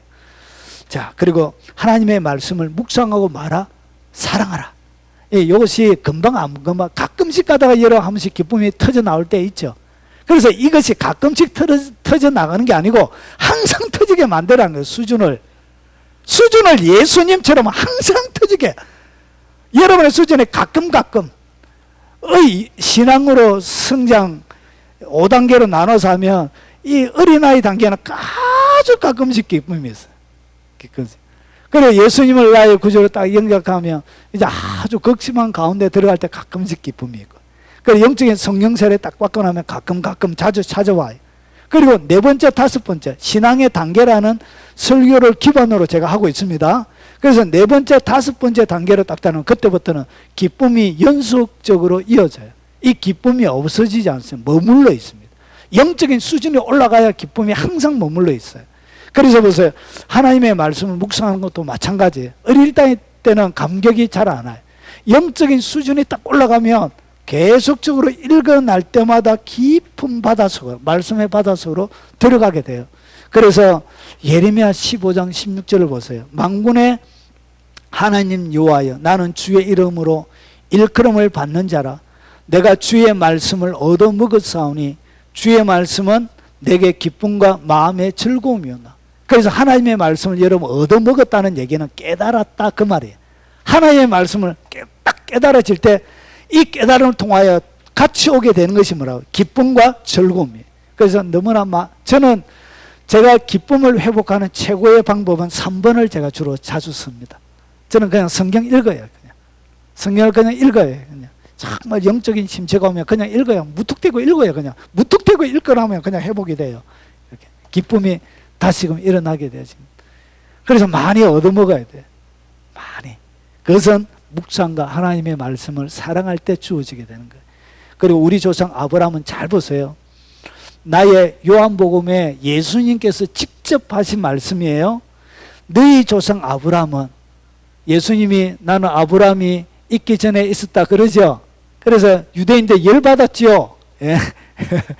자, 그러면 그 내용 가운데 나오는 건데 보세요. 너희 조상 아브라함은 나의 때 볼 것을 즐거워하다가, 그러니까 아브라함이 예수님께서 이 땅 가운데 오셔서 모든 민족, 그러니까 네가 하나님의 복의 권능이 되어지는데 네가 어떻게 복의 권능이 될지를 하나님께서 이 아브라함에게 가르쳐 주셨던가 봐요. 전부 다 가르쳐 주신 건 아니고 부분적으로. 그래서 어떤 자가 올 것이다, 어떤 너의 후손이 올 것인데 그 후손을 통해서 인류가 구원받게 되지고 네가 복의 권능이 될 것이다. 그런 어렴풋이 가르쳐 주었던가 봐요. 그래서 아브라함이 보세요. 나의 때 볼 것을 뭐 했다고요? 즐거워요. 예수님, 그의 후손이 올 것을 아브라함과 다윗의 자손 예수 그리스도의 세계라. 아브라함과 다윗의 자기의 자손으로 오실 그리스도가 올 것을 뭐 했냐? 나의 때 볼 것을 즐거워하다가 뭐 했다고요? 직접 본 거예요. 주님이 환상을 열어서 보여줬던, 직접 보여주셨던가 봐요. 이렇게 보여주신 거예요. 2000년 뒤에 일어날 일들을 아브라함과 예수님 사이에 2000년 갭이 있습니다. 2000년 이후에 일어날 자기 자손이 와서 인류를 구원할 것을 주님 뭐 했다고? 보여주신 거예요. 그것을 자기가 보고 뭐 했다고? 기뻐했다는 거지. 그래서 하나님의 비밀들이 열리기 시작하는 거예요. 하나님의 깊은 말씀의 비밀들이, 그때는 성경이 기록되어지기도 전입니다. 모세가 창세기, 출애굽기, 레위기, 민수기, 모세오경을 기록했으니까 그 이전에, 그러니까 성경은 언제? 아브라함부터 모세까지 500년 뒤에 기록이 되어져요. 그러면 500년 뒤에 기록이 되어진다. 그 이전에 이미 성경도 하나도 기록되지, 그 이전에 예수님이 올 것을 그는 어떤 방식으로 보았는지 정확하게 알 수는 없지만 본 거예요. 아마 환상을 열어주셨겠죠, 주님께서. 그래서 뭐 했다고? 기뻐하는 거예요. 그래서 하나님의 진리, 깊은 계시의 진리들이 풀어지고, 그리고 하나님의 계획들이 우리의 가운데 보여지게 될 때 그때 뭐가 넘치냐? 기쁨이 넘쳐나게 돼요. 이게 희열인 거예요. 목사들에게는 이런 희열이 있습니다. 이런 희열. 이것이 여러분 가운데 충만하길 바랍니다. 할렐루야. 이게 있어요. 그래서 세상에 제일 큰 기쁨은 뭐냐면 말씀이 풀어지는 기쁨보다, 그 감격이, 그런 기쁨보다 더 큰 건 없는 것 같아요. 말씀이 딱 풀어질 때 그 희열은 이렇게 어떻게 설명할 수가 없는 거예요. 그 기쁨이 여러분 가운데 가득하기 바랍니다. 그리고 보세요. 마태복음 13장 44절에 예수님이 이렇게 말씀하십니다. 씨 뿌리는 비유에 대하여 이야기를 하시고 나서, 그리고 나서 천국에 대하여 여러 가지로 설명합니다. 그러면서 예수님께서 마태복음 13장 44절에 천국은 이렇게 설명합니다. 마치 밭에 감추인 보화 같으니. 천국은 뭐와 같다고요? 밭에 감추인 보화 같아. 천국은 감추인 보화에 밭에 감추어져 있는 거예요. 천국은. 그런데 보세요. 사람이 이를 발견 후 숨겨두고 기뻐하며 돌아가서, 결국은 뭐예요? 천국을 발견하는데 뭐처럼 밭에 감추어져 있는 거예요. 이것을 무엇을 통한? 말씀을 통하여 발견하는 거예요. 그때 뭐 한다고요? 발견한 후 숨겨두고, 누가 가져가지 못하도록 딱 숨겨두고 나서 그 다음에 기뻐 가서 돌아가서 자기 소유를 다 팔아 그 밭을 사게 되는 거예요. 제가 무한대 이 개척교회 하면 뭐 미래가 노후가 보장이 됩니까? 뭐가 보장이 됩니까? 뭐 때문에 합니까? 제가 이걸 찾은 거예요. 밭에 감추인 보화를 찾은 거예요. 이게 세상의 제일 큰 보화예요. 그래서 생을 걸어버린 거예요. 그리고 주님 앞에 기뻐 돌아가는 거예요. 그래서 이 하나님의 말씀이 불려지고 발견하게 될 때 뭐가 있다고? 말로 다 할 수 없는 기쁨이 일어나게 되었습니다. 자, 믿음 안에 굳건하게 서서 믿음의 말을 하라. 이 두 가지. 여러분, 이럴 때도 뭐가 주어지냐? 기쁨의 말이, 기쁨이 주어져요. 소망의 하나님이 모든 기쁨과 평강을, 잘 보세요. 기쁨과 평강이 어떻게 오는지, 충만하게 채워주는지 이 바울이 설명합니다. 주 안에 항상 기뻐하라고 했던 그 비법을 소개해 주는 거예요. 자세하게 보세요. 소망의 하나님이 모든 기쁨과 평강을 어디에서? 믿음 안에서 너희에게 충만하게 하는 거예요. 기쁨과 평강이 언제 내게 충만이 되느냐? 하나님을 향한 믿음 안에 내가 머물러 있을 때, 그때 기쁨과 평강이 어떻게 되느냐? 충만하게 채워지는 거예요. 결국 믿음을 떠나버릴 때는 뭐가 안 채워진다고요? 기쁨과 평강. 그래서 믿음이란 것은 뭐냐면 천국의 기쁨과 평강을 이 땅 가운데 끌어내리는 호수와 같은 거예요. 믿음은 호수예요. 호수. 그러니까 사닥다리와 같은 거예요. 이 사닥다리 호수가 없으면 뭐가 안 돼? 공급이 안 되어지는 것처럼 믿음이란 것은 그런 거예요. 천국의 기쁨과 이 평강은 호수를 통하여 사닥다리를 통하여 내려오는데 두려움을 제거하는데 무엇을 통하여? 믿음 안에 여러분이 머물러 있을 때. 그래서 믿음 안에서 너에게 충만하게 하사 성령의 능력으로 소망이 넘치게 하시길 원하노라. 그리고 보세요. 고린도서 1장 24절에 조금 전에 제가 앞에 살펴봤는데 여기에 비밀이 하나 더 숨겨져 있습니다. 보세요. 우리가 너희 믿음을 주관하려 하는 것이 아니요. 무엇을 주관하지 않는다 그러죠? 믿음을 주관하지 않는다는데 잘 보세요. 믿음을 주관할 수는 없어요. 그리고 보세요. 오직 너희의 기쁨을 돕는데 기쁨을 돕는 자가 되려 하는데 이는 너희가 어디에 썼습니다? 믿음에 썼습니다. 결국 믿음에 서 있을 때 믿음을 주관하지 못하는데 왜 그러냐? 이 믿음 위에서 뭐가 되어진다고요? 기쁨을 도울 수 있게 돼요. 사람이 믿음 안에 서 있지 못한 자에게는 뭐가 안 된다고요? 기쁨을 도와줄 수가 없는 거예요. 하나님을 신뢰하고 믿지 않는 자에게는 하늘의 기쁨을 도와줄 수가 없는 거예요.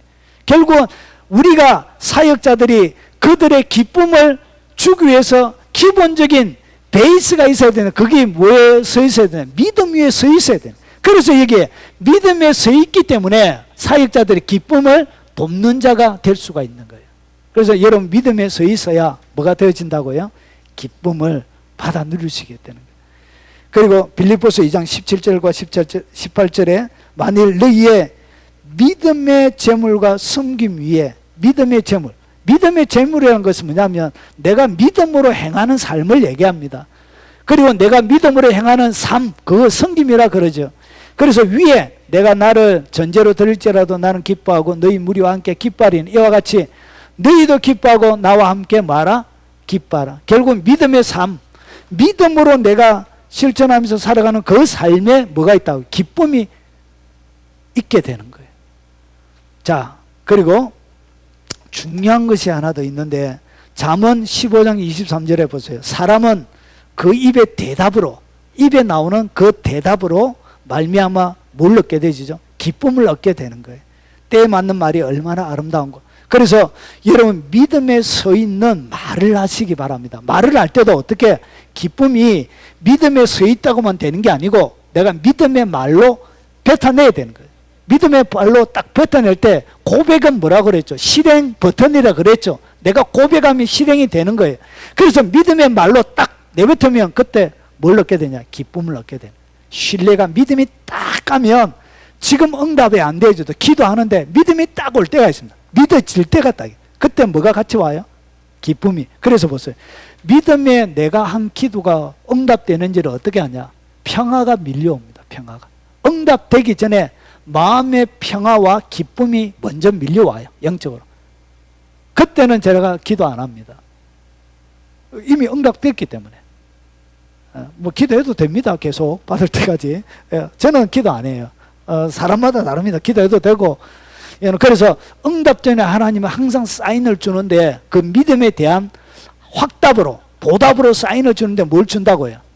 기쁨을 주는 거예요. 기쁨을. 이 경험해보면 그래서 오는 거구나. 이제 딱 뇌리에 딱 바뀌죠. 자, 빨리 가겠습니다. 그리스도를 위하여 고난의 삶을 살아라. 예수님을 위하여 뭘 살아라고요? 고난의 삶. 잘 보세요. 고린도서 7장 4절에 나는 너희를 향하여 담대한 것도 많고 너희를 위하여 자랑할 것도 많으니 내가 우리의 모든 환난 가운데 위로가 가득하고 기쁨이 넘치는도다. 그러니까 모든 환난 가운데서 또 뭐가 찾아오더라고요? 기쁨과 위로가 찾아오는 거예요. 그래서 하나님의 위로, 기쁨은 언제 오느냐? 여러분 환난 가운데 딱 들어가면 그때는 여러분의 혼을 통하여 만들어져 있는 생각의 정리가 아닌 하늘로부터 부어지는 기쁨이 그때 와요. 주님을 위하여 고난 당하십시오. 그러면 뭐가 온다고요? 하늘의 기쁨이 옵니다. 그리고 고린도후서 8장 2절에 환난의 많은 시련 가운데 그들의 넘치는 기쁨. 환난의 많은 시련 가운데 어떻게 뭐가 온다고요? 기쁨이 주는데 넘치는 기쁨을 주는 거예요. 환난의 크기에 따라 기쁨의 크기가 결정이 납니다. 우리 아까 전에 식사하다가 김상조 목사님, 김상호 목사님, 그분이 죽으셨던 분이죠. 죽어가지고 장례를 치르려고 하는데 떡 살아난 거예요. 조영기 목사님이 그 옆에서 직접 자기가 보고 그 자기 설교에 보면 그렇게 간증을 합니다. 그분이 직접 나와서 간증하기도 하고. 그리고 보면 천국에 딱 올라갔는데 자기 아내도 보고 자기 집도 보고 자기 지붕이 없더래요. 왜 지붕이 없냐 물어보니까 밑에서 자재를 안 올려보내가지고 지붕이 없다. 그래서 아내 조영기 목사님이 그 김상호 목사님 집에 들어가면 절대로 얼굴을 안 봤대요. 너무 얼굴이 못 나가지고 그분이 불편해 할까봐. 예. 그래서 한 번도 얼굴을 본 적이 없대. 얼굴을 안 본대요. 너무 민망해 할까봐. 그렇게 처녀였대요. 그런데 천국에 올라갔는데 너무너무 예쁜 거예요. 아내가. 너무너무. 그래가지고 손을 잡으려고 하는데 형제요. 당신은 아직까지 천국의 사람이 아니기 때문에 내 손을 잡을 수 없습니다. 하고 이렇게 안 잡았는데 그때 이제 마지막 임종 예배를 드리고 발인 예배를 해가지고 묻으려고 하는데 니 빨리 가라. 이 장례 치른다. 빨리 해가지고 하는데 그때 젊은 사람이 뛰어왔더래. 그때 누가 하냐 스데반이 온 거예요. 젊은 30대 스데반. 아브라함도 왔는데 아브라함도 30대로 온 거예요. 그런데 스데반이 물어봤대. 그 고통당할 때 돌에 맞아 죽을 때 아프지 않았냐고. 아니야 아프지 않고. 그때 하늘이 열려서 예수님의 보좌 우편에 서셨는데 그것이 내가 열렸는데 얼마나 감격스럽고 감동스러운지 고통을 느끼지 못하는 하늘의 기쁨이 쏟아부어지는 거예요. 그래가지고 급히 내려와가지고 이 감궁 다 닫아가지고 이제 장례 치르려고 하는데 살아난 거예요. 이렇게 사람들이 장례 치는 사람 다 도망가고 실제로 살아있던 우리 희선 집사님도 만나셨던 분이에요. 그분이 뭐가 공급이 되진다고 극한 환란이 딱 되죠. 고통이 딱 되어지면 하늘이 열려버려요. 하늘이. 여러분의 삶들 가운데 뭐가 열린다고요? 하늘이 열려서 하나님의 보좌 우편에 예수님이 섰어요. 그리고 하늘에 넘치는 기쁨이 쏟아부어지는 거예요.